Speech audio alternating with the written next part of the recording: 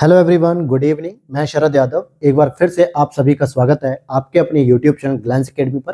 दोस्तों, आज की इस क्लास में हम लोग डिस्कशन करेंगे वर्ल्ड ज्योग्राफी के नोट्स पर। जो ये नोट्स बनाए गए हैं ये हमारे शॉर्ट नोट्स हैं, जो कि आपकी घटना चक्र पूर्वालोकन जो सीरीज आती है दोस्तों, जो 8 वॉल्यूम में आती है, जिस पर हम लोगों ने हैंड रिटन शॉर्ट नोट्स बना दिए, जिससे क्या होगा कि आप लोग इसे मल्टीपल टाइम रिवीजन कर पाओगे। और ऐसे नोट्स केवल यूट्यूब पर हमारे ही प्लेटफॉर्म पर मिलेंगे, क्योंकि आप लोग को देखोगे मोटी मोटी किताबें होती है घटना चक्र पूर्वालोकन की, पढ़ना सभी को होता है यूपी पीसीएस के लिए, लेकिन मोटी किताब होने की वजह से कोई पढ़ नहीं पाता है। और इसीलिए हमने इसको शॉर्ट नोट्स में कन्वर्ट कर दिया, जिसमें सारे प्रश्न, सारे एमसीक्यू, सारे के सारे आपके जो पीवाईक्यू हैं विद एक्सप्लेनेशन, डेटा और लेटेस्ट एक्सप्लेनेशन के साथ सारी चीजों को इसमें शामिल किया गया है। और इसी पर हम लोग लगातार 4 क्लासेस ले चुके हैं और आज हमारा लेक्चर नंबर 5 होगा, जहां पर हम शुरू करेंगे स्थल रुद्र देश के बारे में। आगे बढ़ने से पहले एक छोटी सी रिक्वेस्ट रहेगी कि अगर आप हमारे इस चैनल पर नए आए हैं, पहली बार आए हैं, तो ग्लैंस एकेडमी चैनल को सब्सक्राइब कर लेना, फॉलो कर लेना। और साथ में वीडियो के नीचे एक टेलीग्राम डिस्कशन और टेलीग्राम चैनल का लिंक दिया गया है, उसे भी आप फॉलो कर लेना, क्योंकि वहां पे बहुत सारी अपडेट्स आपको मिलती रहती है। और इस वीडियो के नीचे मैंने एक लिंक लगा रखा है, जिसमें ये प्रमाण के साथ बताया कि आरओ एग्जाम जो 11 फरवरी 2024 को हुआ है, उसमें हमारे इस शॉर्ट नोट से जितने भी ये पूरे आप शॉर्ट नोट्स देखोगे, सबकी क्लास ऑलरेडी मैं लगातार करा भी रहा हूं और ऑलरेडी 4-5 लेक्चर हो भी चुके हैं, मतलब सब्जेक्ट के। तो वहां से 55 से अधिक प्रश्न बिल्कुल फैक्ट के साथ मैंने बताया, प्रमाण के साथ, आप उसे जरूर देख लेना। तो आपको ये क्लियर हो जाएगा कि ये यूपी पीसीएस में कितना हेल्पफुल रहेगा। और अगर आप इसकी पीडीएफ को परचेस करना चाहते हो इस नोट्स की, तो आप इसके लिए व्हाट्सएप नंबर वीडियो के नीचे दिया गया है, वहां पर आप मैसेज कर सकते हैं। पूरा स्टेप वहां पे पता चलेगा किस तरीके से आप पेमेंट प्रोसेस के माध्यम से कर सकते हैं। तो चलिए शुरू करते हैं आज के टॉपिक को। और आज हम पढ़ेंगे यहाँ पर कोई प्रश्न दिया हुआ था, जैसे चैप्टर का नाम है स्थल रुद्र देश, जिसको स्थल रुद्र का मतलब क्या होता है पहले तो ये समझ लो, क्योंकि इसी को कहा जाता है लैंड लॉक्ड, यानी कि एक ऐसा देश या ऐसी एक भूमि जो पूरी तरीके से लॉक है। किससे लॉक है? आस पड़ोस के देशों से। उसके पास कोई बाउंड्री शेयर नहीं है। कौन सी? समुद्र की। यानी जब भी कोई देश किसी समुद्र के साथ या किसी महासागर के साथ या किसी सागर के साथ जब बाउंड्री शेयर नहीं करता है, केवल आस पड़ोस में उसके देश होते हैं, जिसकी वजह से वो पूरी की पूरी सीमा क्या होती है? लैंड हो जाती है, अर्थात लॉक्ड हो जाती है, लैंड लॉक। इसी को हम स्थल रुद्र देश कहते हैं। तो ऐसे भी कई सारे हमारे पूरी दुनिया में बहुत सारे ऐसे देश हैं जो कहीं ना कहीं महासागरों के साथ बाउंड्री शेयर नहीं करते हैं और वो लैंड लॉक्ड के रूप में है। जैसे अगर आप दक्षिण अमेरिका में देखोगे, तो दक्षिण अमेरिका में आपको देखने को मिल जाएगा पराग्वे मिलेगा, बोलीविया मिल जाएगा। ये दोनों देश ऐसे हैं जो किसी भी प्रकार के महासागर से बाउंड्री शेयर नहीं करते हैं। अगर आप महाद्वीप में देखोगे, उत्तरी महाद्वीप में, इट मीन्स की मतलब भारतीय महाद्वीप में या भारतीय उपमहाद्वीप भी कह दो, तो इसमें आपको लैंड लॉक के रूप में अफगानिस्तान मिल जाएगा, नेपाल मिल जाएगा, भूटान मिल जाएगा। ये सब बाउंड्री शेयर नहीं करते हैं। इसी तरीके से बहुत सारे यूरोप के भी कंट्रीज हैं। तो आज हम इसको जरा मैप के माध्यम से समझेंगे, ताकि एक दिमाग में विजुलाइज होनी चाहिए चीजें कि कौन कहाँ पे कंट्रीज हैं और वो लैंड लॉक किस प्रकार से हैं। तो इसमें हम लोग वर्ल्ड मैप को भी यूज करेंगे। और इसी तरीके से मैंने एक 5 मूल मंत्र बताए हैं यूपी पीसीएस प्रीलिम्स 2024 को निकालने के लिए। उस वीडियो को भी देख लेना कि हम अपने प्लेटफॉर्म पे क्या क्या चीजें अब आगे प्रोवाइड कराएंगे, जिससे आपकी सफलता और सुनिश्चित हो सके। तो चलिए, यहाँ पर प्रश्न पूछा जा रहा है, देखेंगे अफगानिस्तान, लाओस, लग्जमबर्ग, ये सभी स्थल रुद्र देश हैं, जबकि लाइबेरिया नहीं है। तो आइए इसको जरा एक बार मैप के माध्यम से हम और इसको जरा छोटा कर लेते हैं, ताकि आपको और क्लियर समझ में आए। अब यहाँ पर आप देख पा रहे होंगे कि एक मैप का भी मैं यूज कर रहा हूँ वर्ल्ड स्तर पे। तो पहले तो हम ये देखते हैं कि क्या अफगानिस्तान लैंडलॉक्ड है, लाओस लैंडलॉक्ड है या लग्जमबर्ग। तो आइए बिल्कुल हम इसे मैप के माध्यम से देखते हैं। जरा हम देखेंगे कि भारत के पास जो अफगानिस्तान दिखता है हमें, यहाँ पे देखिए, थोड़ा सा ध्यान दीजिएगा, हो सकता है आपके मोबाइल स्क्रीन में छोटा दिख रहा हो। तो ये येलो कलर का जो पार्ट है, जो ग्रीन के ऊपर है, ये अफगानिस्तान है। जबकि नीचे देखोगे पाकिस्तान आपकी बाउंड्री शेयर कर रहा है किससे? ब्लू कलर के वाटर यानी कि महासागर से, अरब सागर से। तो अफगानिस्तान लैंडलॉक्ड हो गया। इसी तरीके से आपको यहाँ पे एक छोटा सा देश देखने को मिलेगा, लाओस करके, ये भी लैंडलॉक्ड हो जाएगा।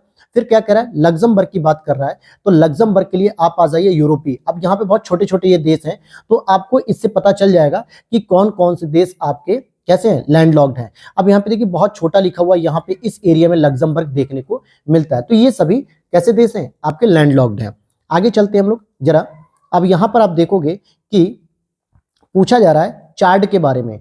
चाड एक अफ्रीकी महाद्वीप में आने वाला एक देश है, जो कि पूरी तरीके से लैंडलॉक्ड है। और नॉर्थ अमेरिका में कोई भी देश ऐसा नहीं है जो लैंडलॉक्ड हो, सारे के सारे बाउंड्री शेयर करते हैं। तो जरा पहले हम अफ्रीका महाद्वीप में आते हैं। तो अफ्रीका में आप देखोगे, ये रहा आपका चाड, ये रहा सूडान, ये रहा नाइजर, और इस तरीके से ये रहा माली। ये कुछ ऐसे प्रमुख देश है जो किसी भी प्रकार की बाउंड्री शेयर नहीं कर रहे हैं समुद्र के साथ। लेकिन नॉर्थ अमेरिका की बात करोगे तो देखिए कनाडा के पास भी अपनी एक बाउंड्री है भाई, वाटर बाउंड्री है। वहीं आप अमेरिका को देखोगे तो ये रहा, अमेरिका के पास भी वाटर बाउंड्री है, मैक्सिको के पास भी है। और यहाँ पे जितने भी आप छोटे छोटे ये देश देख पा रहे हो, ठीक है, इसको देखो जूम हो पाएगा नहीं, इससे ज्यादा नहीं हो रहा है। तो ये जितने भी छोटे छोटे देश हैं इनके पास या तो अटलांटिक महासागर की बाउंड्री है या फिर पैसिफिक ओशियन की बाउंड्री है। इसलिए नॉर्थ अमेरिका में कोई भी ऐसा देश नहीं है जो लैंडलॉक्ड हो। तो अब आपने इस चीज को समझ लिया कि कैसे ये मैपिंग वाली चीजों को हमें समझना, और मैं क्यों इस नोट्स पे इतना फोकस करता हूं पढ़ने के लिए भी और आप लोगों को भी क्लास देखने के लिए, क्योंकि आरओ के एग्जाम्स में इसमें से सीधे सीधे 55 प्लस प्रश्न मिले थे। आपने अगर पेपर दिया होगा तो अभी मैं आगे इसमें से हैंड रिटन नोट्स के द्वारा जो सीधे सीधे प्रश्न पूछे गए वो भी आपको बताते चलूंगा वर्ल्ड ज्योग्राफी के। हालांकि मैंने इसके लिए एक अलग से वीडियो बना दी थी, आप वहां पे देख सकते हो प्रमाण के साथ। आगे देखते हैं, हंगरी की बात करेंगे तो हंगरी भी एक लैंडलॉक्ड देश है जो किससे घिरा हुआ है, Austria, Slovenia, Croatia, Serbia, Romania, Ukraine और स्लोवाकिया, इतने सारे देशों के साथ हंगरी आपकी बाउंड्री शेयर करता है, लेकिन ये लैंडलॉक्ड है। फिर इसी की तरह आगे बढ़ेंगे हम लोग तो स्विट्जरलैंड की बात करेंगे। स्थल रुद्र जो स्विट्जरलैंड है, यहां पर आप देखोगे फ्रांस हो गया, इटली, ऑस्ट्रिया, लिंकेनस्टाइन और जर्मनी, इन सभी के साथ स्विट्जरलैंड अपनी बाउंड्री शेयर करता है और ये लैंडलॉक्ड है। दक्षिणी सूडान की बात करेंगे तो यहाँ पे देखोगे ये भी एक लैंडलॉक्ड है, अभी मैंने आपको बताया, और इसकी सीमा क्या होती है, सूडान से बनती है। ध्यान देना, दक्षिणी सूडान और सूडान दो अलग अलग हैं। उत्तर में एक सूडान है जहां पे खार्तूम इसकी राजधानी है, जो आरओ के एग्जाम में पूछा गया था, और उसी से आपकी व्हाइट नील और ब्लू नील नदी निकल के खार्तूम जगह पे मिलके फिर आगे जाके नील नदी के रूप में बहती है, और उसी के नीचे दक्षिणी सूडान है। इथोपिया, सेंट्रल अफ्रीकन गणराज्य, केन्या और साथ ही साथ कांगो, डोमिनिकन रिपब्लिक और युगांडा, इन सभी से इनकी बाउंड्री शेयर होती है। एक से अधिक महाद्वीपों में विस्तृत देश अंतर महाद्वीपीय देश कहलाते हैं। जैसे जॉर्जिया की बात करोगे तथा टर्की की, ये ऐसे देश हैं, टर्की को तुर्की कहते हैं, जिनका विस्तार एशिया और यूरोप में है। तो जॉर्जिया का आधा क्षेत्र जो है कि एशिया महाद्वीप में आता है और आधा कहाँ आता है, यूरोप में।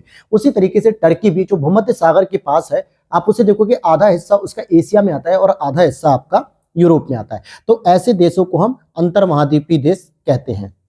फिर इसमें देखते हैं मैजिगिनॉट रेखा जो है वो फ्रांस और जर्मनी के बीच में जाती है, और हिंडनबर्ग रेखा बेल्जियम और जर्मनी के बीच जाती है। और अगर मैं बात करूं डुरंड रेखा की बात करूं तो भारत और अफगानिस्तान के बीच जाती है। मैकमोहन रेखा की बात करें तो भारत और चाइना के बीच जाती है। जीरो लाइन किसके बीच जाती है, भारत और बांग्लादेश के बीच जाती है। इस प्रकार की बहुत सारी ऐसी लाइनें हैं, रेखाएं हैं जो काल्पनिक है, जो किसी दो देशों के बीच बाउंड्री शेयर करती हैं। हालांकि अब यूपी पीसीएस के द्वारा ऐसे प्रश्न नहीं पूछे जाते हैं कि देशों के पुराने नाम, लेकिन फिर भी आपको याद होना चाहिए। क्यों कह रहा हूं, क्योंकि कभी कभी एग्जाम में क्या होता है कि म्यांमार वर्ड ना दे के सीधे बर्मा वर्ड कर दे, ताइवान की जगह फार्मोसा शब्द का प्रयोग कर सकते हैं। तो यहाँ पे आप देखोगे ताइवान का जो पुराना नाम होता है फार्मोसा होता है, म्यांमार को पहले बर्मा कहा जाता था, थाईलैंड को श्याम कहा जाता था, इराक को मेसोपोटामिया कहा जाता था इसकी सभ्यता के आधार पे।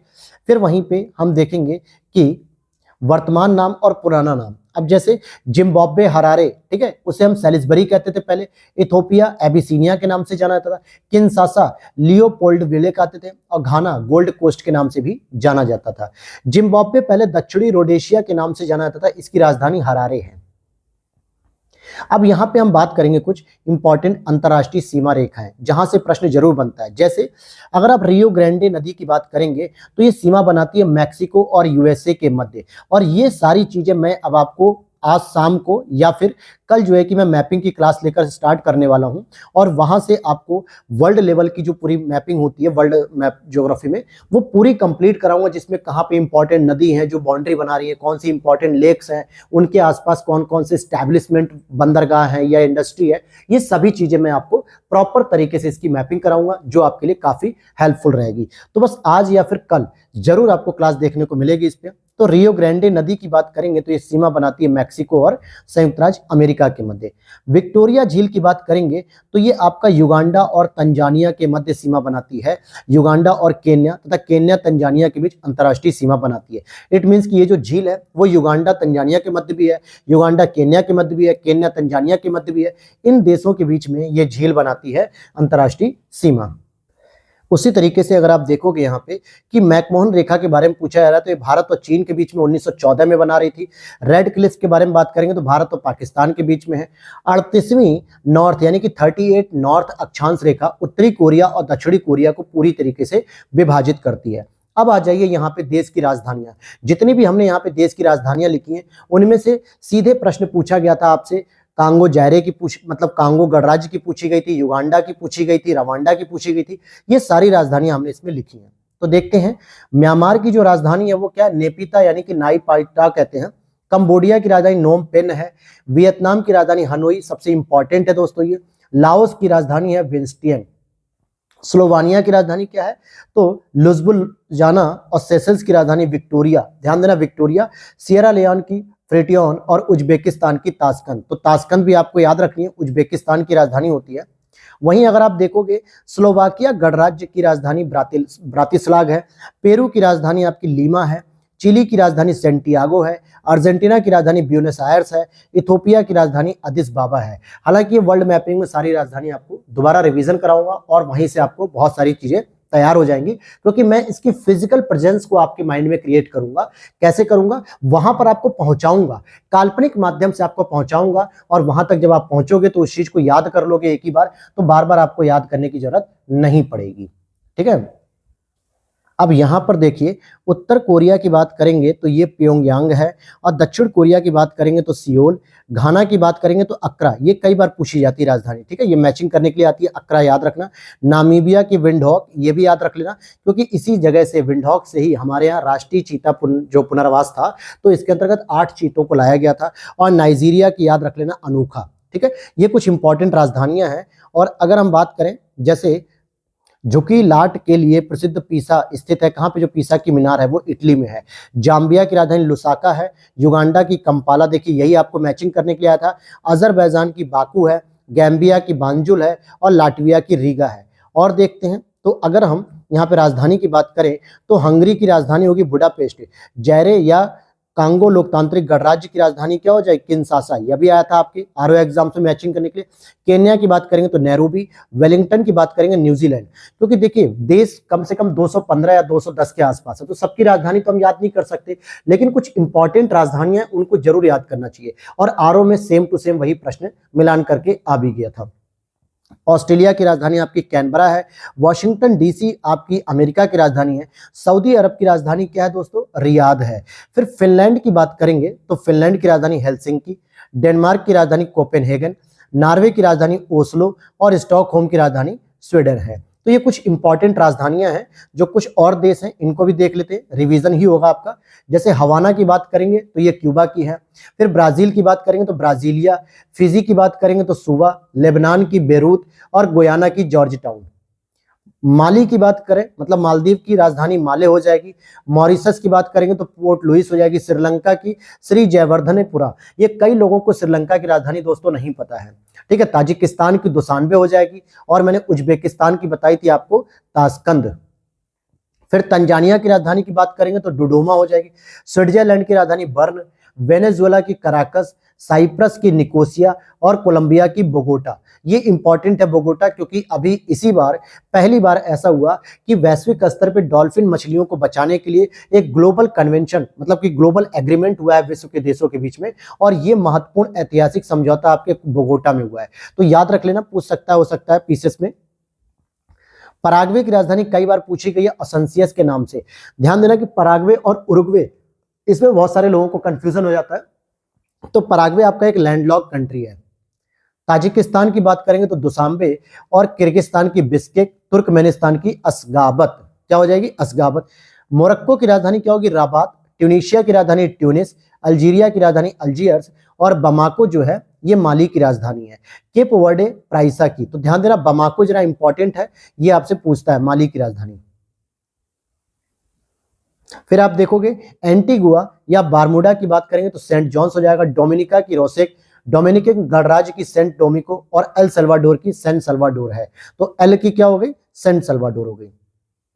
अब यहां पे हम अगले पॉइंट पे चलते हैं। जैसे ऑस्ट्रेलिया के कुछ प्रांत है, ठीक है, तो इनका भी अलग अलग राजधानी, जैसे हमारे उत्तर प्रदेश की राजधानी लखनऊ है। बिहार की राजधानी पटना है। भोपाल जो है कि आपके एमपी की राजधानी है, राजस्थान की जयपुर है। तो ऐसे जो छोटे छोटे हमारे यहाँ राज्य हैं, उसी तरीके से ऑस्ट्रेलिया में भी कुछ राज्य हैं और उनके राजधानी पूछी गई। जैसे न्यू साउथ वेल्स की बात करेंगे तो सिडनी हो जाएगी, क्वींसलैंड की बात करेंगे तो ब्रिस्बेन हो जाएगी, विक्टोरिया की बात करेंगे तो मेलबॉर्न हो जाएगी, पश्चिमी ऑस्ट्रेलिया की बात करेंगे तो पर्थ हो जाएगी। तो ये एक इंपॉर्टेंट जो है कि लोकेशन और साथ ही साथ आपकी राजधानियां भी होती हैं। अब यहां पर आपके लिए क्या टॉपिक दे रहा हूं मैं, इनमें से जरा ये देख के बताइएगा कमेंट सेक्शन में कि कौन कौन सी राजधानियां कहां पर हैं जो आपके कोस्टल रीजन पे यानी कि तटीय क्षेत्र पे है, ये पूछा जाता है। विश्व के नगरों की अगर हम बात करें, अब देखिए वर्ल्ड ज्योग्राफी में क्या होता है दोस्तों कि चाहे आप आरओ का पेपर दे रहे हो या फिर यूपी पीसीएस का दे रहे हो या आप Bihar PCS, MP PCS, Rajasthan PCS, जो भी आप अदर स्टेट के पीसीएस अगर दे रहे हैं, तो वर्ल्ड ज्योग्राफी में से सबसे ज्यादा प्रश्न लोकेशन बेस्ड पूछे जाते हैं, लोकेशन के आधार पर पूछे जाते हैं, उसमें कॉन्सेप्ट के प्रश्न कम आते हैं। अब जैसे यूपीएससी क्या करती है, पूरा कॉन्सेप्चुअल कॉन्सेप्ट पूछती है कि भाई किसी जगह पे मौसम कैसा है, जलवायु कैसी होगी, वहां पे सूर्य के प्रकाश की कंडीशन क्या होगी, समुद्र की स्थिति क्या है। लेकिन यहां पर जो आपके स्टेट पीसीएस एग्जाम्स होते हैं, इसमें सीधे सीधे फैक्चुअल इंफॉर्मेशन पूछी जाती है। तो इसीलिए घटना चक्र को सबसे अधिक प्रेफर किया जाता है, क्योंकि इसमें जितने भी पीवाईक्यू के माध्यम से इंपॉर्टेंट लोकेशन वगैरह दी जाती है, वही बार बार रिपीट होती है, जैसा कि इस बार आरओ एग्जाम्स में भी हुआ। फिर यहां पर देखते हैं कि संसार के अधिकांश महानगर तटीय क्षेत्रों में ही अवस्थित है। बिल्कुल सही बात है, क्योंकि महानगर को डेवलप होने के लिए कोस्टल रीजन की भी आवश्यकता पड़ती है। ऐसा इसलिए क्योंकि जो एक्सपोर्ट इंपोर्ट किया जाता है, आयात निर्यात जो व्यापार होता है सामान का, वस्तुओं का, सेवाओं का, तो ये सभी चीजें एक देश से दूसरे देश में फ्लाइट से तो जाता नहीं है, बहुत कॉस्टली पड़ता है, तो हम पानी के जहाज से भेजते हैं। इट मीन्स कि बड़े बड़े कंटेनर उसमें चले जाते हैं, क्रूज पे चले जाते हैं, तो इसलिए कोस्टल रीजन का डेवलपमेंट होता है। अब जैसे आप चेन्नई को देख सकते हो, मुंबई को देख सकते हो, ये बड़े बड़े महानगर है, कोलकाता को देख लो, तो ये सभी तटीय क्षेत्र में है। तो इसी तरीके से कहा था कि संसार की जो अधिकांश महानगर है वो तटीय क्षेत्रों में अवस्थित है। बिल्कुल सही बात है। और वे अंतर्राष्ट्रीय महासागरीय मार्गों के भी द्वार होते हैं, क्योंकि वहां से हम किसी भी महासागर में एंट्री कर सकते हैं, किसी भी देश में जो है कि हम व्यापार कर सकते हैं, ये चीजें हैं। अब यहाँ पे कुछ इंपॉर्टेंट चीजें हैं, जैसे कि झील है और नगर है, जैसे ईरी झील, मिशिगन झील, ओंटारियो, सुपीरियर, ये पांचों ही, एक और झील है इसमें जो है कि, ठीक है, ये पांचों झील आपके ग्रेट लेक्स के नाम से जानी जाती है। मतलब कि ग्रेट लेक्स अर्थात कि ये आपकी कहलाएगी महान झीलें, और ये नॉर्थ अमेरिकी महाद्वीप में यूएसए के अंतर्गत आते हैं। तो ईरी पर जो है कि डेट्रॉइट नाम का जो प्रमुख शहर है, मिशिगन पे अगर हम बात करेंगे तो गैरी आता है, ओंटारियो पे बात करेंगे तो हैमिल्टन आता है, और सुपीरियर पे बात करेंगे तो डुलुथ आता है। कौन सा आता है? डुलुथ। तो ये कई बार पूछा जाता है कि कौन सा देश जो है कि, कौन सा देश मतलब कि कौन सा शहर कौन कौन सी नदियों पे है, तो ईरी की बात करेंगे तो डेट्रॉइट हो गया, मिशिगन की बात करेंगे तो गैरी हो गया, ओंटारियो हैमिल्टन है, और सुपीरियर झील पे आपका डुलुथ है। अब यहाँ पे देश और राजधानी की अगर हम बात कर ले, अब यहाँ पे बात करेंगे कि पैलेस्टाइन यानी कि जिसे हम फिलिस्तीन के नाम से जानते हैं, तो इसकी जो राजधानी यानी कि प्रशासनिक रामल्ला है। कोसोवो की बात करेंगे तो प्रिस्टिना है, टर्किश साइप्रस की बात करेंगे तो निकोशिया है, और ताइवान की ताइपेई सिटी है। तो ये इंपॉर्टेंट है जो है कि।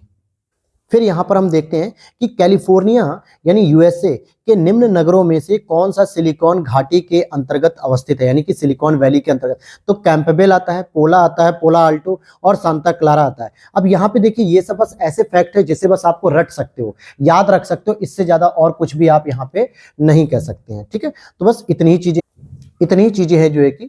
और इसके बाद हम अगर बात करें तो दक्षिण अफ्रीका की संसद यानी कि जो पार्लियामेंट है वो कहां पर, केप टाउन में स्थित है, और इसको हम पूछते हैं विधायी राजधानी। पहले ये प्रश्न बहुत पूछा जाता था यूपी पीसीएस में, लेकिन अब इसका पैटर्न बदल गया है, क्योंकि दक्षिण अफ्रीका में 3 अलग अलग राजधानियां हैं। जैसे विधायी यानी जहां पे कानून बनते हैं वो केप टाउन में है, और जो आपकी प्रशासनिक जहां पे कार्यपालिका बैठती है वो प्रिटोरिया में है, और जहां पे न्यायपालिका है वो ब्लोएमफोंटेन में है। इट मीन्स कि जैसे अगर मैं पूछूं आपसे भारत की न्यायिक राजधानी कहां है, तो आप कहोगे नई दिल्ली में। क्यों? क्योंकि सुप्रीम कोर्ट आपका नई दिल्ली में। फिर मैं अगर आपसे पूछूं कि भारत की विधायी राजधानी कहाँ है, तो आपका उत्तर आएगा कि सर नई दिल्ली में, क्योंकि विधायी यानी कानून बनाने वाली जो संसद है वो भी नई दिल्ली में। अगर मैं आपसे कहूं कि भारत की प्रशासनिक राजधानी कहाँ है, तो राष्ट्रपति भवन कहाँ है, नई दिल्ली में, तो सारी चीज नई दिल्ली में। अब इसी तरीके से मैं उत्तर प्रदेश के कॉन्टेक्स्ट में आपको समझाऊं कि उत्तर प्रदेश की विधायी और प्रशासनिक दोनों ही राजधानी लखनऊ में, लेकिन न्यायिक राजधानी कहाँ पे, यानी हाईकोर्ट कहाँ पे, इलाहाबाद में, तो बदल जाएगी। तो सेम इसी तरीके से दक्षिण अफ्रीका की 3 अलग अलग राजधानियां बनती है। विधायी राजधानी केप टाउन में है, दक्षिण अफ्रीका की प्रशासनिक राजधानी प्रिटोरिया में है, दक्षिण अफ्रीका की न्यायिक राजधानी ब्लोएमफोंटेन में होती है। कहां पे होती है? ब्लोएमफोंटेन में। अब इसमें देखते हैं पश्चिम से पूर्व की तरफ बढ़ने पर इन नगरों का सही क्रम क्या है, जैसे लिस्बन, लंदन, फ्रैंकफर्ट, बेरूत। अब देखो वेस्ट से ईस्ट की ओर जा रहा है। हालांकि ये सारी चीजें आपको मैं मैपिंग से शुरू करूंगा जल्दी, 1 से 2 दिन में, या तो आज शुरू हो जाएगी या तो कल, और फिर आपको ये सारे कंफ्यूजन धीरे धीरे दूर होने लगेंगे। तो लिस्बन पुर्तगाल की राजधानी है, तो सबसे भूमध्य सागर के सबसे पश्चिमी छोर पे आपको क्या देखने को मिलेगा, पुर्तगाल देखने को मिलेगा, जो कि स्पेन से बाउंड्री शेयर करता है। फिर उसके आगे बढ़ोगे तो लंदन देखने को मिलेगा, इंग्लैंड, फिर फ्रैंकफर्ट आएगी जर्मनी, और बेरूत आएगा लेबनान की राजधानी। तो ये आपका वेस्ट टू ईस्ट हो जाएगा। फिर आगे देखते हैं बैकोनूर कॉस्मोड्रोम, यह विश्व का प्राचीनतम व विशालतम अंतरिक्ष प्रक्षेपण केंद्र है, जो कजाकिस्तान में अरल सागर में स्थित है। अच्छा, अरल सागर कई बार प्रश्न आता है कि कौन से 2 देशों के साथ बाउंड्री शेयर करता है, तो आप इसको याद रख लीजिए।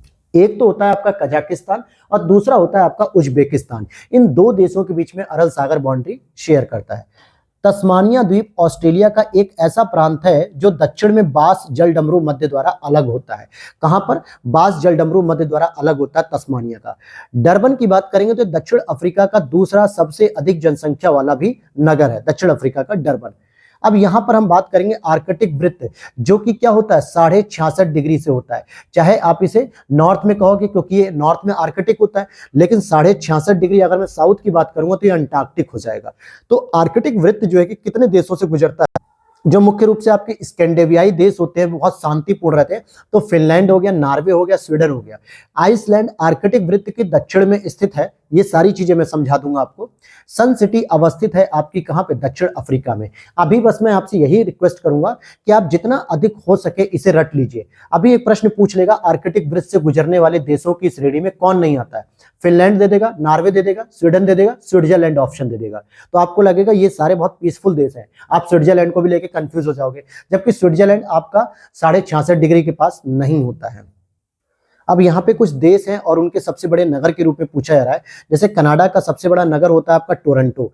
ग्रीस की बात करेंगे तो एथेंस इसका सबसे बड़ा नगर है। नाइजीरिया की बात करेंगे तो लागोस इसका सबसे बड़ा नगर है। और सीरिया की बात करेंगे तो दमिश्क इसका सबसे बड़ा नगर है। लेकिन सीरिया सबसे ही खतरनाक देश है दोस्तों, हमेशा वहां पे अटैक होते रहते हैं। नगर और शहर जो किस देश से संबंधित है, जैसे दावोस की बात करेंगे तो अक्सर आपने सुना होगा वर्ल्ड इकोनॉमिक फोरम की जो मीटिंग्स होती है वही दावोस में होती है, तो स्विट्जरलैंड से संबंधित है। बार्सिलोना की बात करेंगे तो ये स्पेन का बहुत ही खूबसूरत शहर है। ऑकलैंड की बात करेंगे तो ये न्यूजीलैंड का है। और कैंडी की बात करेंगे तो ये श्रीलंका का है। आपको लगेगा ही नहीं कि कैंडी जैसे लगेगा कि एक यूरोपीय देश का नाम है, और आप क्या करोगे, श्रीलंका के आंसर को टिक करोगे ही नहीं, तो ये गलत हो जाएगा। फिर आगे बात करें कांटो प्लेन या कांटो मैदान, ये जापान का अत्यधिक विकसित नगरीकृत और औद्योगिक एरिया माना जाता है। मैक्सिको देश स्थित है उत्तरी अमेरिका महाद्वीप में। उत्तरी अमेरिका महाद्वीप में किस एक में माल्टा अवस्थित है? तो माल्टा कहां पे अवस्थित है? भूमध्य सागर में स्थित है। अलेप्पो सीरिया में, किरकुक एवं मोसुल इराक में, जबकि मजार ए शरीफ अफगानिस्तान में स्थित है। ये लोकेशन बेस्ड है, क्योंकि मैंने फिर कहा कि भौगोलिक जो वर्ल्ड ज्योग्राफी है इसमें स्पेशली जो है कि क्या करता है, इसी तरीके के प्रश्न पूछता है लोकेशन बेस्ड। अब कुछ भौगोलिक नाम को भी हम पढ़ लेते हैं कि कौन कौन से ऐसे नाम है जो भौगोलिक रूप से टाइटल नेम के रूप में जाना जाता है। जैसे भारत को हम क्या कहते हैं? भारतवर्ष भी कहते हैं, हिंद महासागर का मोती भी कह देते हैं। तो इस तरीके से दुनिया के अलग अलग शहरों और देशों के भी कुछ इंपॉर्टेंट नाम है। जैसे रूस के किस शहर को उत्तर का वेनिस कहा जाता है? तो भाई उत्तर का वेनिस रूस के किस शहर को कहते हैं? तो सेंट पीटर्सबर्ग को कहते हैं। सेंट पीटर्सबर्ग को कहते हैं। पहले इसे पेट्रोग्राद और लेनिनग्राड के नाम से भी जाना जाता था, लेकिन अब इसे सेंट पीटर्सबर्ग के नाम से जाना जाता है। और मध्य रात्रि का सूर्य दिखाई देता है उत्तरी ध्रुव पर, दक्षिणी ध्रुव पर, यानी कि जो आप नॉर्थ पोल देखोगे और साउथ पोल देखोगे, यहां पर मध्य रात्रि का सूर्य दिखाई देता है। दक्षिणी अमेरिका महाद्वीप को पक्षियों का महाद्वीप भी कहा जाता है। जो साउथ अमेरिका महाद्वीप है इसे पक्षियों का महाद्वीप भी कहते हैं। नियाग्रा जलप्रपात की बात करेंगे तो ये न्यूयॉर्क राज्य में अर्थात कि यूएसए के अंतर्गत आता है। और हजारों झीलों की भूमि किसे कहते हैं? फिनलैंड को कहते हैं। एफिल टावर का देश किसे कहते हैं? पेरिस को कहते हैं। विश्व की छत या पामीर की छत हम पामीर को कहते हैं। फिर आगे देखते हैं अंध महाद्वीप। अंध महाद्वीप किसे कहा जाता है? ये पुराना टाइटल है, तो ये अफ्रीका के लिए। मोतियों का द्वीप किसे कहते हैं? बहरीन को कहते हैं। पूर्वी समुद्रों की स्वामिनी किसे कहते हैं? तो पूर्वी समुद्र की स्वामिनी श्रीलंका को कहते हैं। और पश्चिम का द्वार किसे कहते हैं? तो इस्तांबुल को कहा जाता है। कौन ध्रुव नगर के नाम से फेमस है? तो शिकागो फेमस है। जो अपनी चौड़ी सड़कों के कारण अमेरिका का पेरिस कहा जाता है, तो वो हो जाएगा ब्यूनस आयर्स कहा जाता है। ठीक है, ब्यूनस आयर्स अर्जेंटीना की राजधानी है साउथ अमेरिका में।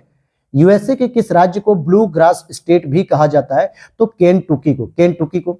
थाईलैंड को श्वेत हाथियों की भूमि कहा जाता है, व्हाइट हाथी यहाँ पे पाए जाते हैं। जापानी लोग अपने देश को निप्पन कहकर पुकारते हैं, जिसका अर्थ होता है सूर्योदय का देश होता है। यानी कहा जाता है ना कि जापान में सबसे पहले सूर्य का उदय होता है। झीलों की वाटिका, हजारों झीलों की भूमि, फिनलैंड को कहा जाता है। वेनिस को नहरों का शहर कहता है। अच्छा, मैं अगर आपसे पूछूं कि भारत के अंतर्गत हम किस शहर को झीलों का शहर कहते हैं, तो आपका उत्तर होना चाहिए उदयपुर, क्योंकि उदयपुर राजस्थान के अंतर्गत सबसे अधिक यहाँ पर झीलें देखने को मिलती हैं। तो वेनिस को नहरों का शहर कहा जाता है। तो अक्सर आपने हॉलीवुड मूवीज में देखा होगा कि फ्रांस में जो वेनिस शहर है, वहां पे बिल्डिंग्स के आसपास किनारे किनारे जो है कि नहरें चलती रहती हैं, उसमें लोग जो है कि पिकनिक स्पॉट के रूप में यूज करते हैं, उसमें जो है कि अपने छोटे छोटे बोट चलाते हैं, ये सारी चीजें। स्वर्ण द्वार का नगर किसे कहते हैं? San Francisco. पूर्व का मैनचेस्टर जापान को, जापान के अंतर्गत भी ओसाका को कहा जाता है। पर्ल ऑफ साइबेरिया बैकाल झील को। प्रातःकालीन शांत स्थल कोरिया को कहा जाता है। यूरोप की तेल राजधानी, बहुत बार यह प्रश्न पूछा गया, याद रख लेना एबरडीन को। इंपॉर्टेंट है दोस्तों, याद रख लेना, बिल्कुल कह रहा हूं। यूरोप की तेल राजधानी एबरडीन को कहा जाता है। वादे की भूमि मिंडनाओ को कहते हैं, जो कि फिलीपींस द्वीप समूह में आता है। अब यहां पर हम कुछ जलमंडल की बात करेंगे। इट मींस की, क्योंकि देखिए वर्ल्ड ज्योग्राफी में फिर कह रहा हूं कि यूपी पीसीएस हो, चाहे आरओ हो, या कोई भी स्टेट का पीसीएस हो, इसमें आपसे केवल एक ही प्रकार का प्रश्न पूछेगा। वो क्या रहेगा? Fact information, factual information. कैसी रहेगी? लोकेशन के आधार पर रहेगी कि कौन सी चीजें कहां पे हैं, वो क्यों चर्चा में, क्यों प्रचलित है। बस ये यूपीएससी से इसका यही एक लेवल अलग है, क्योंकि यूपीएससी क्या होता है, कॉन्सेप्ट के साथ पूछता है। तो देखते जलमंडल को शुरू करते हैं। हिंद महासागर के दक्षिण पश्चिम में 59 मीटर की गहराई पर जनवरी से मार्च महीने में 26 डिग्री सामान्यतः समताप रेखा गुजरती है, और इससे महासागर के औसत तापमान की गणना होती है। इस तापमान से अन्य दिनों में परिवर्तनीयता के आधार पर मानसून में वर्षा की मात्रा का अनुमान अधिक सटीकता से लगाया जा सकता है। खैर, इसकी कोई जानकारी की जरूरत नहीं थी, ये कुछ है नहीं। अब यहाँ पे एक बेसिक प्रश्न कि पृथ्वी की सतह पर पानी से ढका हुआ भाग लगभग 2/3 से अधिक है। समुद्र तल पर पृथ्वी के केंद्र के सबसे निकट स्थान कौन सा है? तो भाई उत्तरी ध्रुव है। ध्यान देना, समुद्र तल पर पृथ्वी के केंद्र के सबसे निकट स्थान उत्तरी ध्रुव है। डेटम रेखा क्या होती है, जिसको हम डायटम रेखा भी कहते हैं? यह वह क्षैतिज रेखा होती है जिसके सहारे समुद्र तल की ऊंचाइयों और गहराइयों की माप होती है, तो इसे हम डायटम रेखा भी कह देते हैं। 90 ईस्ट रीज हिंद महासागर स्थित एक कटक का नाम है। तो अब यही पूछ लेगा भाई कि 90 ईस्ट रीज क्या है, तो कटक है। और कहां पर आता है? हिंद महासागर में।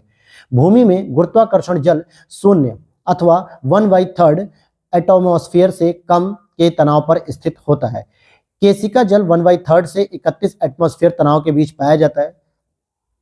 देखिए, कुछ पॉइंट ऐसे हैं जिनको बिल्कुल आप बस एक बार रीड कर लो और बाकी छोड़ दो, क्योंकि वो इतने इंपॉर्टेंट नहीं है। क्योंकि किस कॉन्टेक्स्ट में पूछा गया है ये तो एग्जामिनर ही बता सकता है। हमारे उपग्रह में मृदु जल की सर्वाधिक मात्रा होती है महाद्वीपीय एवं पर्वतीय हिमनदियों में, जो कि स्थायी हिम होते हैं, यहाँ पर सबसे अधिक मृदु जल होते हैं। मृदु जल का मतलब होता है जिसमें किसी भी प्रकार की अशुद्धि ना हो। कठोर जल किसे कहते हैं? जिसमें कुछ प्रकार की अशुद्धि हो, चाहे उसमें कोई पाउडर मिला दिया गया हो, चाहे कुछ भी, तो उसे हम कहते हैं कठोर जल। तो हमारी जो महाद्वीप एवं पर्वतीय हिमनदियां होती हैं, स्थायी हिम, यही जो है कि हमारी मृदु जल के सबसे इंपॉर्टेंट सोर्स होते हैं। पृथ्वी ग्रह पर अधिकांश अलवण जल बर्फ छत्रक और हिमनद के रूप में रहता है। अलवण जल लिखा जा रहा है क्योंकि यहाँ पर जो अशुद्धि नहीं पाई जाती है किसी प्रकार का, इसीलिए आप देखोगे कि जो हिमनद होते हैं या बर्फ के जो छत्रक होते हैं, वहां से कभी भी नमक नहीं बनाया जाता, क्योंकि उसमें लवण की मात्रा होती ही नहीं है। बल्कि लवण की मात्रा कहाँ मिलेगी? जहां पे वाष्पीकरण अधिक हो रहा होगा, इवेपोरेशन ज्यादा हो रहा होगा, और वो मिलेगा किसी भी देश के तटीय समुद्र में। इसीलिए तटीय क्षेत्र से हम लोग नमक का निर्माण करते हैं, जो कि अशुद्धियां वहां पे मिली होती है। इसलिए अलवण क्षेत्र कौन सा मिलेगा? हिमनद के रूप में। और शेष अलवण जल का सबसे अधिक भाग भूमिगत जल के रूप में होता है। महासागरीय नीतल का सबसे विस्तृत भाग गहरे सागरीय मैदान, जो कि डीप सी प्लेन होते हैं। लाल सागर एक अक्षीय द्रोणी का उदाहरण है। कैसी द्रोणी का उदाहरण है लाल सागर? अक्षीय द्रोणी का उदाहरण माना जाता है। दक्षिण चीन सागर प्रशांत महासागर का हिस्सा है। कई बार यह पूछा जाता है कि दक्षिण चीन सागर जो है कि किसका हिस्सा है, तो हमें लगता है एशिया का हिस्सा है, लेकिन असल में यह प्रशांत महासागर का हिस्सा है। फिर यहाँ पे विश्व के कुछ प्रमुख सागर हैं, किनके बीच में ये बाउंड्री शेयर करते हैं, कहाँ कहाँ पर हैं, इनके आसपास कौन से देश हैं, ये सभी जानकारी भी पूछी जाती है। तो एक छोटी सी रिक्वेस्ट रहेगी, अगर वीडियो अच्छी लग रही है दोस्तों तो लाइक कर देना, और चैनल पर पहली बार आए तो इसे फॉलो कर लीजिएगा सब्सक्राइब करके। और अगर आप इसकी पीडीएफ को परचेस करना चाहते हो तो आप नीचे दिए गए व्हाट्सएप नंबर पर मैसेज करके, वीडियो के नीचे जो दिया गया वहां पर आप इंक्वायरी पूरी इसकी कर सकते हो। तो अब हम जरा विश्व के कुछ प्रमुख सागर की बात करेंगे। तो अजरबैजान की राजधानी जो कि बाकू, बहुत बार पूछा जाता है कि अजरबैजान की राजधानी बाकू ये किस सागर के किनारे स्थित है, तो ध्यान देना कैस्पियन सागर के किनारे स्थित है। क्यों मैंने कहा, क्योंकि कैस्पियन सागर से जो बाउंड्री शेयर करने वाले देश होते हैं वो केवल 5 बाउंड्री शेयर करने वाले देश होते हैं, जिसकी एक छोटी सी ट्रिक भी मैंने बताई थी। हालांकि मैंने कल इस चीज पे डिस्कशन भी किया था कि तुर्कमेनिस्तान, अजरबैजान, रसिया और ईरान, और यहाँ पे क्या होगा बता देना आप लोग कमेंट सेक्शन में, मैंने बताया है कल। तो इसीलिए अजरबैजान की जो राजधानी है वो आपकी कैस्पियन सागर के साथ बाउंड्री शेयर करती है। अब यहाँ पे खारे पानी की सबसे बड़ी झील भी ये मानी जाती है। देखिए अब यहाँ पे डाउट होगा लोगों को कि सर आप तो सागर बोल रहे हो और झील भी बोल रहे हो। देखिए सागर असल में किसे कहा जाता है, सागर कहा जाता है जिसका मुहाना समुद्र से जुड़ रहा हो, यानी जो समुद्र से अपनी बाउंड्री शेयर कर रहा हो। लेकिन ये जो कैस्पियन सागर है ये किसी भी जगह समुद्र से अपनी बाउंड्री शेयर नहीं कर रहा है, बल्कि कुछ 5 देशों के बीच में ये घिरा हुआ है। तो मुख्य रूप से ये झील का स्तर है, क्योंकि ज्योग्राफी के तौर तरीकों पे अगर आप देखोगे बेसिक पॉइंट पे, तो झील का नेचर होता है कि जो कुछ देशों के बीच में घिरे होते हैं, लेकिन इसे सागर वर्ड के साथ इंडिकेट किया गया, तो इसका मतलब ये बिल्कुल नहीं कि सागर है। इसीलिए यहाँ पे लिखा गया कि एक आंतरिक रूप से सागर है। असल में ये सबसे बड़ी झील मानी जाती है खारे पानी की पूरे विश्व में। टर्की की बात करेंगे, टर्की या तुर्की की, मैंने बताया था कि 2 ऐसे देश हैं जो यूरोप और एशिया के अंतर्गत आते हैं। एक हो गया जॉर्जिया और एक हो गया टर्की, जिसको हम लोग तुर्की भी कहते हैं। इसकी जो बाउंड्री शेयर होती है सबसे इंपॉर्टेंट है ये कई महासागर मतलब सागरों से बाउंड्री शेयर करता है। जैसे ये टर्की अपने नॉर्थ में काला सागर से बाउंड्री शेयर करता है। अब जैसे मान लीजिए कि मैं एक छोटा सा एक देश का ऐसे नक्शा बनाता हूँ, ये रहा हमारा टर्की, ठीक है, ये टी के लिख दिया। तो यहां पर आपको देखने को मिलेगा ब्लैक सागर, वेस्ट में आपको देखने को मिलेगा एजियन सागर, नॉर्थ वेस्ट में आपको इस पॉइंट पे देखने को मिलेगा मरमरा सागर, और साउथ में आपको देखने को मिलेगा भूमध्य सागर, ठीक है, मेडिटेरियन सी। तो ये इतनी जगह बाउंड्री शेयर करता है अपने 4 सागरों से। अब सागरों का पश्चिम से पूर्व क्रम की बात करेंगे तो आप देखोगे सबसे पूर्व में सबसे पश्चिम में आता है भूमध्य सागर, फिर काला सागर, फिर कैस्पियन सागर, फिर अरल सागर। तो आइए जरा मैं इसको मैप में दिखा देता हूं ताकि आपको और चीजें क्लियर हो जाएंगी। अब यहां देखिए आपके सामने एक वर्ल्ड मैप है जिसे मैं जूम कर रहा हूं, ध्यान से समझना। आपसे क्या पूछा गया, तो आपसे पूछा गया सबसे पहले ये रहा भूमध्य सागर, ठीक है, ये आपका वेस्टर्न पॉइंट हो गया। फिर आप और आगे बढ़ते हैं, छोटा सा जरा मैं इसको कर दूं, तो आप और आगे जब बढ़ते हैं तो यहीं पे आपको एक काला सागर दिखेगा, यहाँ मरमरा सागर दिखेगा, और फिर आगे आप बढ़ोगे तो ये कैस्पियन सागर देखने को मिलता है। तो इस तरीके से आप आगे बढ़ते जाओगे, और ये रहा अरल सी, ठीक है, अरल झील जिसे हम कहते हैं, अरल सागर भी कह सकते हैं। तो यही आपसे पूछा जा रहा था कि भूमध्य सागर, फिर काला सागर, फिर कैस्पियन सागर और फिर अरल सागर। सारगैसो सागर उत्तरी अटलांटिक महासागर में स्थित एक क्षेत्र है। अर्थात उत्तरी अटलांटिक का मतलब जो आपके मैक्सिको के पास जो क्यूबा वाले क्षेत्र देखने को मिलते हैं, डोमिनिकन रिपब्लिक का मिलता है क्षेत्र, यहाँ पे सारगैसो नाम की एक बहुत बड़ी विशिष्ट प्रजाति पाई जाती है वनस्पति की, उसी के नाम पे इसका सारगैसो महासागर या सारगैसो सागर के नाम से हम इसे जानते हैं। तो सारगैसो समुद्र की विशेषताएं क्या है कि विशिष्ट समुद्री वनस्पति है ये, इसलिए इस क्षेत्र का नाम सारगैसो सागर हो गया। अधोलिखित सागरों में किसमें तट रेखा नहीं होती है, तो सारगैसो सागर में कोई भी तट रेखा नहीं है। बात करते हैं इटली, सिसिली, सार्डिनिया, कोर्सिको, ये मुख्य रूप से घिरे हुए सागर का नाम क्या होता है, तो टेरहेनियन सागर जो होता है, जैसे इटली हो गया, सिसिली हो गया, सार्डिनिया हो गया, कोर्सिको हो गया, ये सभी आसपास के जो इटली के द्वीप होते हैं ये सभी टेरहेनियन सागर से घिरे हुए हैं। अरल सागर के किनारे कजाकिस्तान एवं उज्बेकिस्तान स्पर्श करते हैं। मैंने बताया भी था कि अरल सागर अगर इस तरीके से है तो इसके उत्तर साइड में तो कजाकिस्तान मिलेगा और दक्षिण साइड में आपको उज्बेकिस्तान मिलेगा। चाड की बात करेंगे तो चाड एक लैंडलॉक कंट्री है, जो मैंने क्लास के स्टार्टिंग में ही बता दिया था। तो यही सब चीजें रिपीट होती रहेंगी अब आपको। अब यहाँ पे कुछ सागर हैं और उनसे संबंधित जो बाउंड्री शेयर करने वाले जो देश होते हैं, जैसे एड्रियाटिक सागर की बात करेंगे तो अल्बानिया इससे बाउंड्री शेयर करता है। अब इसका मतलब यह बिल्कुल नहीं है कि केवल एड्रियाटिक से आपका अल्बानिया ही करता है, लेकिन और भी देश हो सकते हैं। तो जो प्रश्न पूछा गया था उस हिसाब से हमारा अल्बानिया सही हो जाएगा। कैस्पियन सागर की बात करेंगे तो कजाकिस्तान, जबकि कैस्पियन सागर के साथ जो बाउंड्री शेयर करते हैं वो कितने देश हैं, पूरे के पूरे 5 देश होते हैं। फिर यहाँ पे हम भूमध्य सागर की बात करेंगे तो भूमध्य सागर में मोरक्को आएगा, सीरिया आएगा, लेबनान आएगा, इजराइल आएगा, और भी बहुत सारे देश आएंगे, यूरोप के देश आएंगे, उत्तरी अफ्रीका के देश आएंगे, ये सभी के सभी इसमें आते हैं। फिर यहां देखें, काला सागर के उत्तर में, अभी मैंने बताया काला सागर के उत्तर में यूक्रेन हो जाएगा, पूर्वोत्तर में रूस हो जाएगा, पूर्व में जॉर्जिया हो जाएगा, दक्षिण में टर्की हो जाएगा, और पश्चिम में बुल्गारिया हो जाएगा, और रोमानिया हो जाएगा। तो ये ब्लैक सी के साथ इतने सारे देश हैं जो बाउंड्री शेयर करते हैं। भूमध्य सागर की सीमा बनाने वाले देश, अब देखिए यहाँ पे पूरी डिटेल आ गई कि कौन कौन से देश जो है कि भूमध्य सागर से सीमा बनाते हैं। तो जरा एक बार मैपिंग दिखा दूं मैं आपको। अब यहाँ पर अगर आप देखोगे तो ये आपका छोटा सा पार्ट है जिसको मैं कुछ कलर बदल दूं। देखिए ये वाला जो है कि ये पूरा का पूरा भूमध्य सागर का पार्ट है। कौन सा पार्ट हो जाएगा दोस्तों? ये एक तो कलर इसमें कोई भी चला लो, सब कहीं ना कहीं मैच कर रहा है। तो ध्यान से देखना, ये रहा आपका भूमध्य सागर का पार्ट, और इसमें जितने भी देश आपके बाउंड्री शेयर कर रहा है मैक्सिमम ये यूरोपीय देश पूरे के पूरे हैं, इधर अफ्रीकी देश है पूरे के पूरे। एशिया के रूप में अगर आप देखोगे तो टर्की देखने को मिलेगा, यहाँ पे आपको जॉर्डन देखने को मिल जाएगा। तो इस प्रकार से बहुत सारे देश हैं जो भूमध्य सागर के साथ बाउंड्री शेयर करते हैं, जैसे Albania, Algeria, Cyprus, Greece, France, Egypt, Montenegro, Slovenia, Spain, Syria, Lebanon, Israel, Italy, Libya, Malta, Morocco, Tunisia, तुर्की, क्रोएशिया, बोस्निया हर्जेगोविना, मोनाको। अब यहां से एक प्रश्न क्या बन जाता है कि क्या पुर्तगाल अपनी बाउंड्री शेयर करता है? तो आप कहोगे नहीं। क्यों मैं कह रहा हूं? क्योंकि स्पेन के पास बिल्कुल लटका हुआ है पुर्तगाल, लेकिन मुख्य रूप से वो अटलांटिक महासागर में आता है। बल्कि पुर्तगाल को तो भूमध्य सागर की चाबी भी माना जाता है कि पुर्तगाल होते हुए ही आप भूमध्य सागर में एंट्री कर पाओगे अटलांटिक महासागर से। तो पुर्तगाल को याद रखना, क्योंकि सारे देश आपको लगेंगे, फ्रांस है, स्पेन है, इटली है, तो आपको लगेगा पुर्तगाल भी है मैप में अगर आपने देखा होगा। तो ये वो छोटा सा कीवर्ड है जहां पर आपको फंसाया जा सकता है। तो पुर्तगाल भूमध्य सागर में नहीं आता है।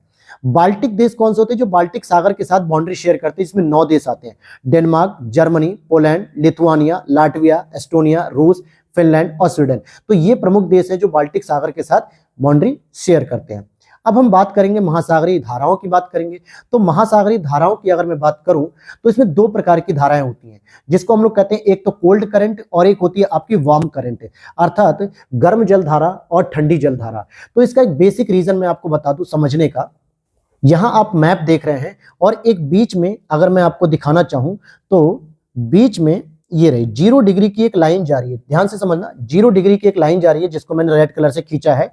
और इससे ये याद रखना आपको कि जो भी जलधारा, जो गर्म पानी होता है, जब वो उत्तर की ओर जाता है तो ठंडे पानी के क्षेत्र में प्रवेश करके वहां की जलवायु को थोड़ा गर्म करता है, और ठंडे क्षेत्र से आने वाले पानी हमारे गर्म क्षेत्र के एरिया को थोड़ा ठंडक पैदा करते हैं। लेकिन कैसे पता चलेगा कि कौन सी जलधारा गर्म है, कौन सी जलधारा ठंडी है?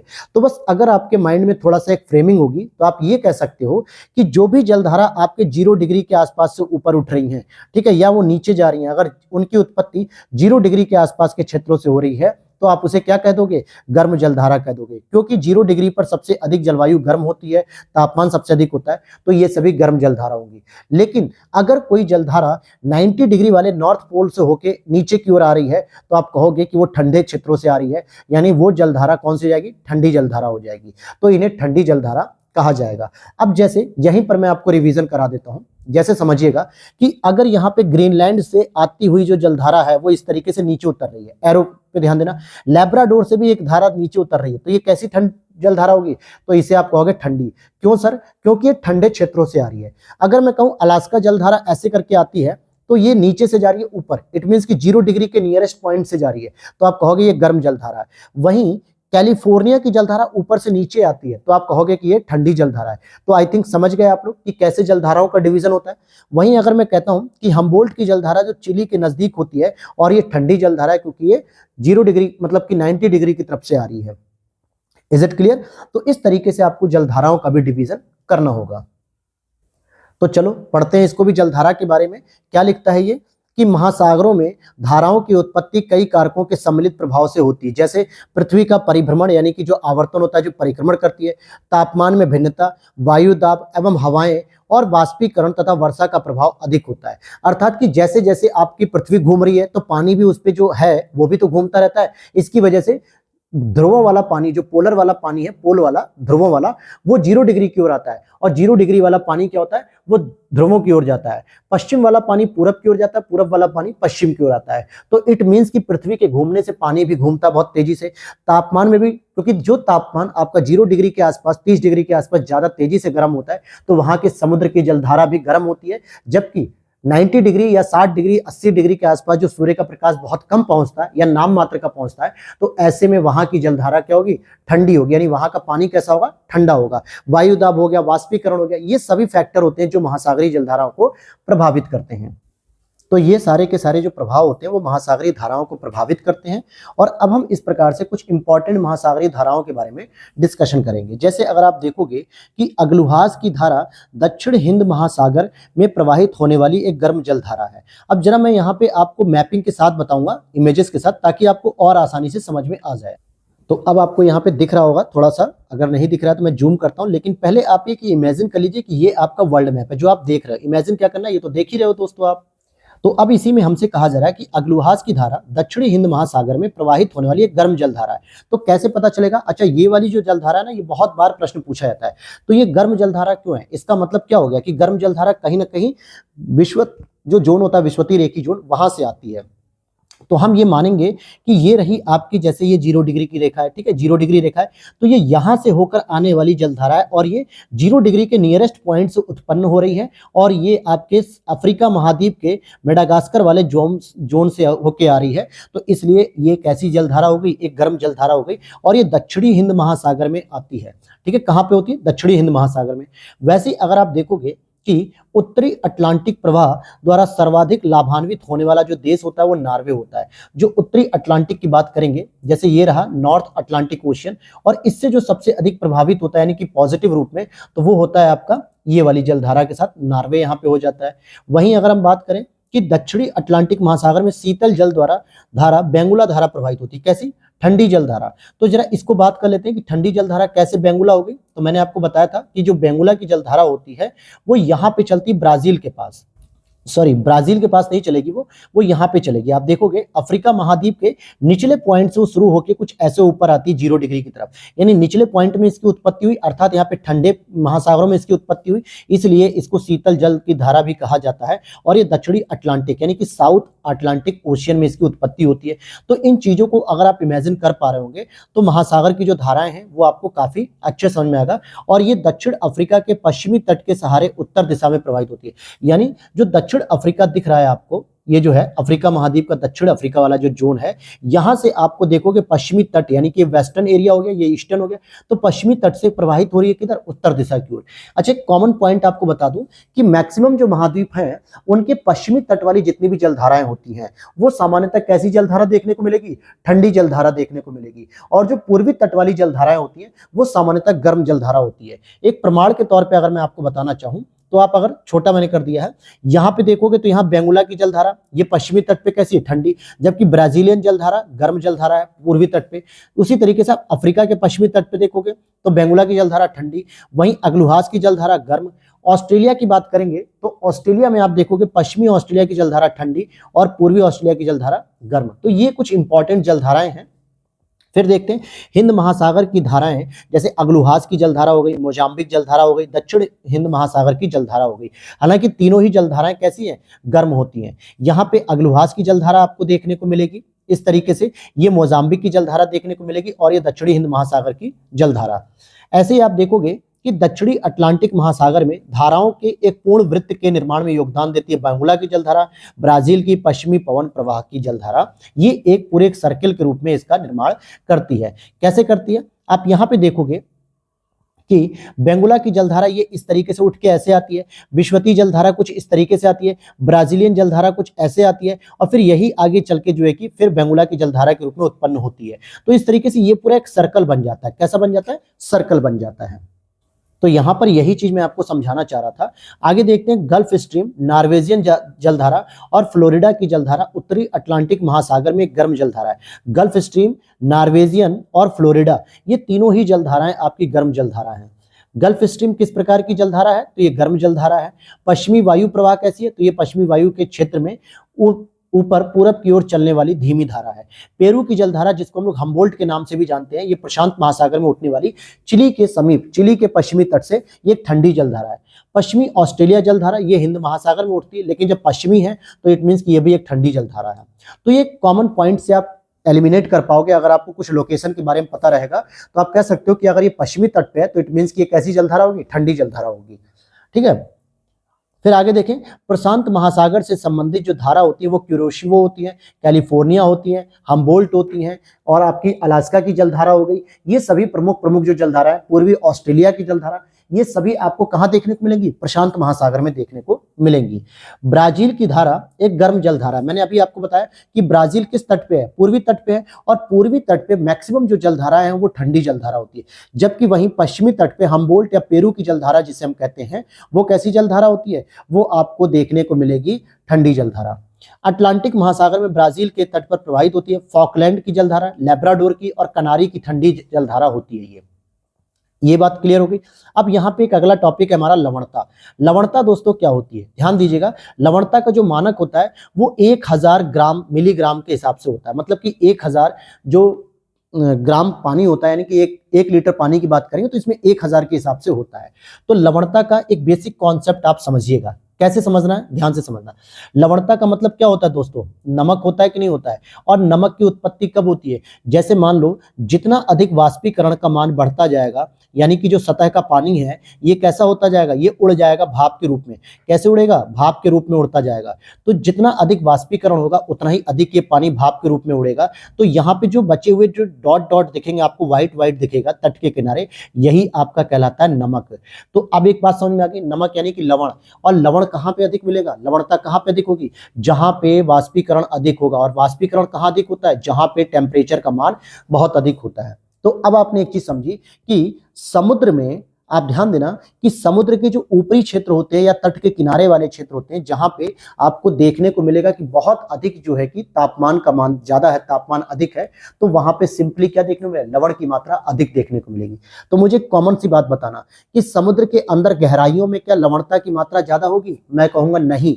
क्यों नहीं होगी ज्यादा, क्योंकि समुद्र की गहराइयों में सूर्य का प्रकाश पहुंचेगा ही नहीं, तो वहां से जल वाष्पीकृत होगा ही नहीं, तो इसलिए वहां पे लवणता नहीं मिलेगी।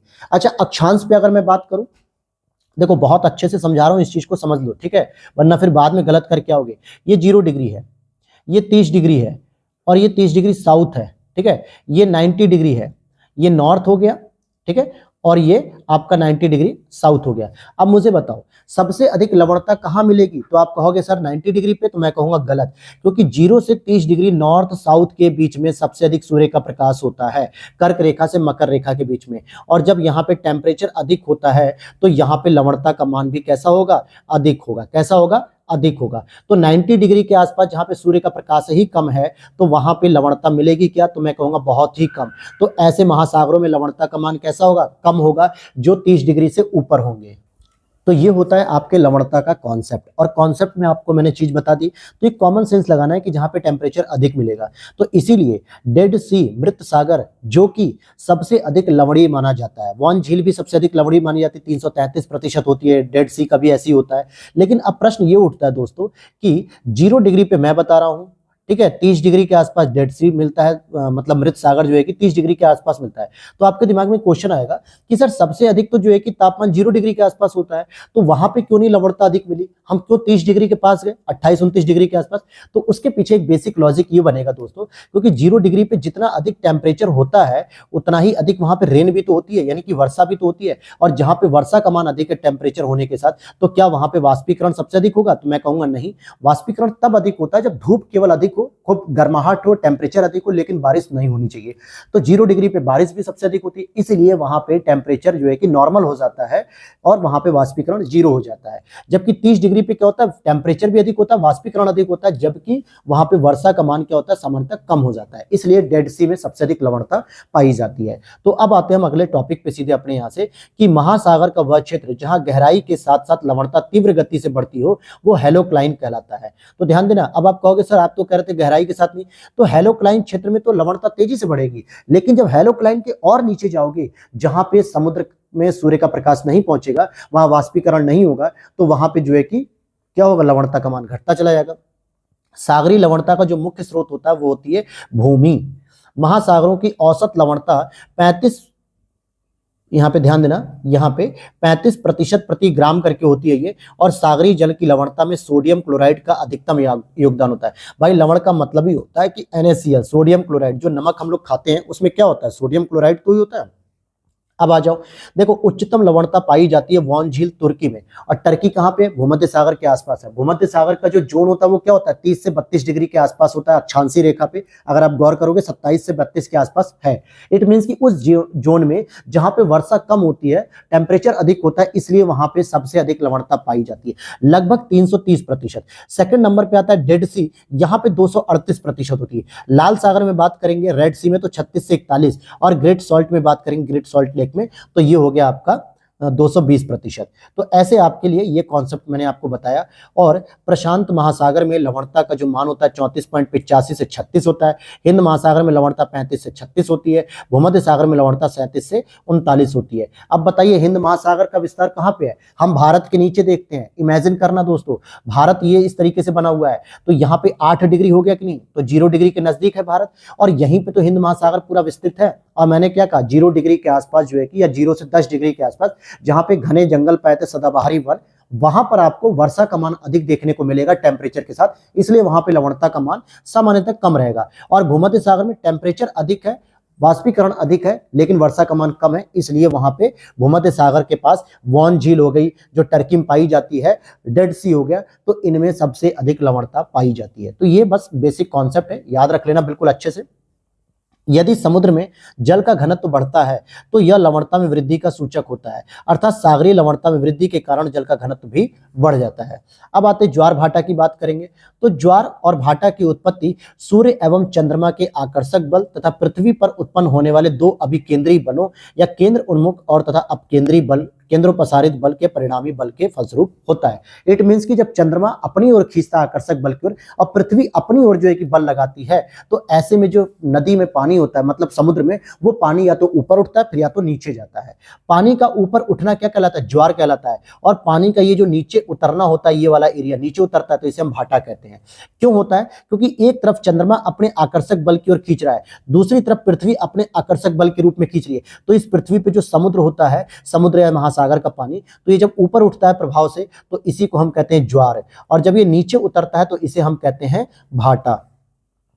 ठीक है, अब हम कहते हैं ज्वार और भाटा, और इसमें सूर्य और चंद्रमा दोनों ही अपनी ओर खींचते हैं, इसलिए पृथ्वी पर जो है कि ज्वार भाटा की स्थिति देखने को मिलती है। पृथ्वी का जो गोलार्ध चंद्रमा के सम्मुख पड़ता है, वहां चंद्रमा का आकर्षक बल पृथ्वी के केंद्रोपसारित बल की अपेक्षा अधिक मात्रा में होता है। फलस्वरूप उच्च ज्वार का अनुभव किया जाता है, यानी कि चंद्रमा का बल ज्यादा हो जाता है। और पृथ्वी का जो गोलार्ध चंद्रमा के विमुख होता है, वहां पर भी एक उच्च ज्वार का यानी अप्रत्यक्ष ज्वार का अनुभव किया जाता है। इसी कारण 24 घंटे में हम कहते हैं कि 2 बार ज्वार आता है, 2 बार भाटा का अनुभव किया जाता है। अब महासागरों और समुद्रों में ज्वार भाटा किन के कारण होता है, तो सूर्य का गुरुत्वीय बल, चंद्रमा का गुरुत्वीय बल और पृथ्वी का अपकेंद्री बल अपनी ओर खींचने के कारण। फिर आगे देखते हैं, अप्रत्यक्ष उच्च ज्वार उत्पन्न होने का कारण क्या है, पृथ्वी का अपकेंद्री बल। पृथ्वी का कैसा बल, अपकेंद्री बल।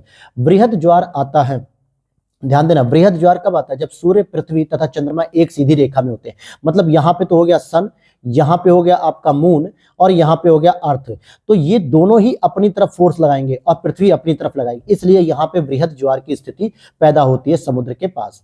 लघु ज्वार भाटा की उत्पत्ति शुक्ल पक्ष तथा कृष्ण पक्ष की सप्तमी को होती है, और बृहद ज्वार भाटा पूर्ण चंद्र या नव चंद्र के रूप में देखने को मिलती है। तो ये तो था आपका ज्वार भाटा का चैप्टर। और यहाँ पे अब हम छोटा सा टॉपिक और पढ़ेंगे, जो महासागर में गर्त बहुत सारे होते हैं। लेकिन उससे पहले अगर आप लोगों ने अभी तक वीडियो को लाइक नहीं किया हो तो प्लीज लाइक कर देना दोस्तों।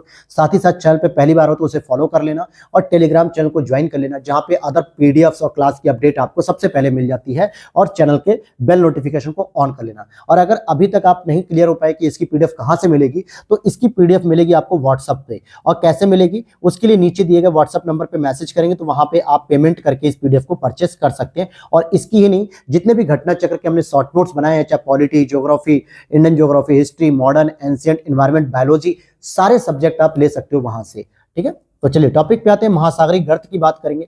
हिंद महासागर में सबसे प्रमुख जो गर्त होता है वो होता है सुंडा या जावा खाई, जिसे हम कहते हैं गर्त के रूप में। उत्तर प्रशांत महासागर में एल्यूशियन खाई होती है, यानी गर्त कहते हैं। दक्षिणी प्रशांत महासागर में करमडेरू होती है, और दक्षिणी अटलांटिक में होती है दक्षिणी सैंडविच खाई। मेरियाना गर्त या चैलेंजर गर्त विश्व का सबसे गहरा समुद्री गर्त है, जो लगभग समुद्र के तट से किनारे से अगर आप देखोगे तो नीचे 11 किलोमीटर की खाई में ये मिलेगा। डायामेंटिना खाई यानी कि गर्त हिंद महासागर में स्थित एक गहरी खाई परिखा है। प्रशांत महासागर में मेरियाना गर्त मिलेगा। अटलांटिक महासागर में प्योर्टिको ट्रेंच मिलेगा, और आर्कटिक महासागर यूरेशियन बेसिन या मोलाई खाई इसमें देखने को मिलती है। तो ध्यान देना कि प्रशांत महासागर में आपको मेरियाना गर्त मिलेगा, अटलांटिक महासागर में प्योर्टिको गर्त मिलेगा, आर्कटिक महासागर में यूरेशियन गर्त मिलेगा। तो ये तो थी आपकी आज की क्लास, और अब हम अगली क्लास में पढ़ेंगे विश्व की कुछ प्रमुख नदियां और उन नदियों के किनारे स्थित शहर, जिसमें आपका आरओ का एग्जाम्स का भी मैं आपको इसमें प्रूफ दिखाऊंगा। हालांकि मैंने इसको दिखा दिया है ऑलरेडी, मैंने प्रमाण के रूप में जब वहां प्रस्तुत किया था। तो राइन नदी पे जो स्थित जो शहर हैं हम उनकी बात भी करेंगे यहाँ पे। तो रॉटरडम वाला जो पॉइंट था उसकी हम बात करेंगे। तो राइन नदी वाला जो प्रश्न आता आपके आरओ एग्जाम्स में वो भी यहाँ पे आपको मिलेगा, ठीक है। तो अब हम इसकी शुरुआत करेंगे कल, और इसी के साथ साथ मैं 2-3 क्लास की और अनाउंसमेंट कर चुका हूं, जो आप लोग एक बार फिर से सुन लीजिएगा जो पहली बार इस चैनल पे आए हैं।